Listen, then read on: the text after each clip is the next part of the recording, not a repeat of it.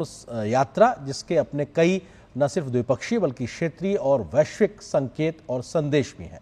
जी हां, एससीओ शिखर सम्मेलन से पहले जापान की 2 दिवसीय प्रधानमंत्री की यात्रा बेहद अहम मानी जा रही थी। चीन के साथ अपने संबंध है, लेकिन जापान की इस यात्रा को इस बदलते ग्लोबल ऑर्डर में जो गंभीर फेरबदल हो रहे हैं उसको ध्यान में रखते हुए ये माना जा रहा था कि प्रधानमंत्री की जापान यात्रा बेहद अहम है। इस यात्रा में प्रधानमंत्री ने प्रधानमंत्री इशिबा के साथ भारत और जापान के आने वाले 10 सालों के लिए एक मजबूत रोड मैप को तय किया है। उस पे दोनों की सहमति, सहयोग हुआ है। रक्षा सुरक्षा के लिहाज से बेहद अहम एक तरह से समझौता हुआ है। सुरक्षा सहयोग पर संयुक्त घोषणा पत्र, एक तरह से संयुक्त घोषणा हुई है, जिसे लेकर साउथ चाइना सी को लेकर भी कुछ बड़े एक तरह से समझौते दोनों के बीच में हुए हैं, सहमति बनी है।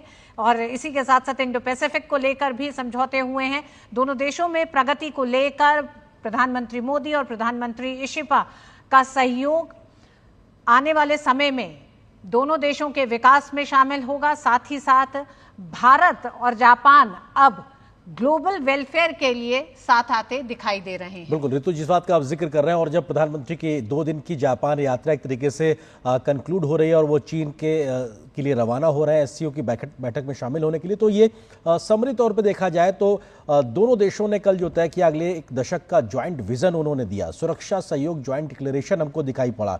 ह्यूमन रिसोर्स का आदान प्रदान होता नजर आएगा, जिसका जिक्र हम लोग आंकड़ों में 5 लाख लगातार कर रहे हैं। संयुक्त ऋण व्यवस्था पर भी सहयोग होता दिखाई पड़ रहा है। डिजिटल पार्टनरशिप 2.0 की शुरुआत हुई है।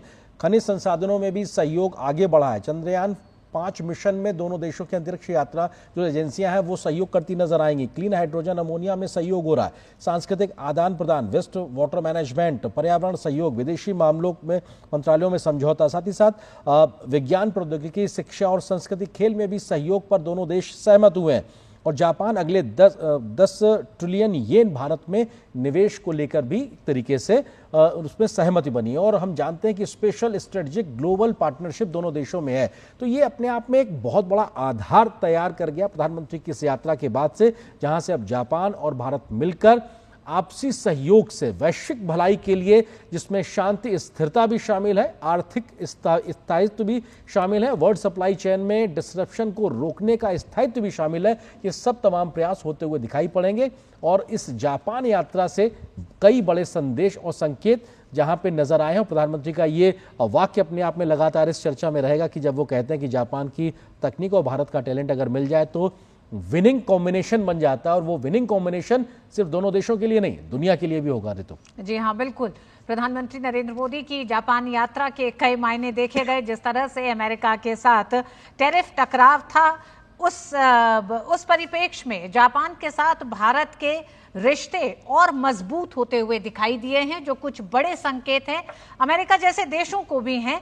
भारत की अपनी एक बड़ी जनसंख्या, एक बड़ा टैलेंट पूल है, जिसे लेकर प्रधानमंत्री जापान की यात्रा पर थे। और उसे ध्यान में रखते हुए कई ऐसे बड़े समझौते हुए, जिसमें प्रधानमंत्री ने कहा कि भारत का पावर हाउस अगर टैलेंट है तो टेक्नोलॉजी जापान का पावर हाउस है। और आने वाले समय में ये दोनों 21वीं सदी में टेक क्रांति का नेतृत्व कर सकते हैं विश्व के लिए। तो बड़ी बातों को प्रधानमंत्री ने जापान की अपनी यात्रा में रखा। और यहां से एक तरह से वैश्विक संतुलन, राजनीति के उस संतुलन को बनाने के लिए दूसरी यात्रा होने जा रही है चीन की प्रधानमंत्री की। और उसको भी इस तरह से देखा जा रहा है कि मौजूदा जो बदली हुई परिस्थितियां, उसमें चीन भी इस मौके को शायद छोड़ना नहीं चाहेगा। अरेंद्र, तो देखना दिलचस्प होगा प्रधानमंत्री की बिल्कुल जो आप बात लगातार कह रही हैं कि एक बदलते जियोपॉलिटिकल सिनेरियो के बीच में रीअलाइनमेंट हो रहा है, एक नए नेगोशिएशंस चल रहे हैं जहां पे तमाम प्रकार की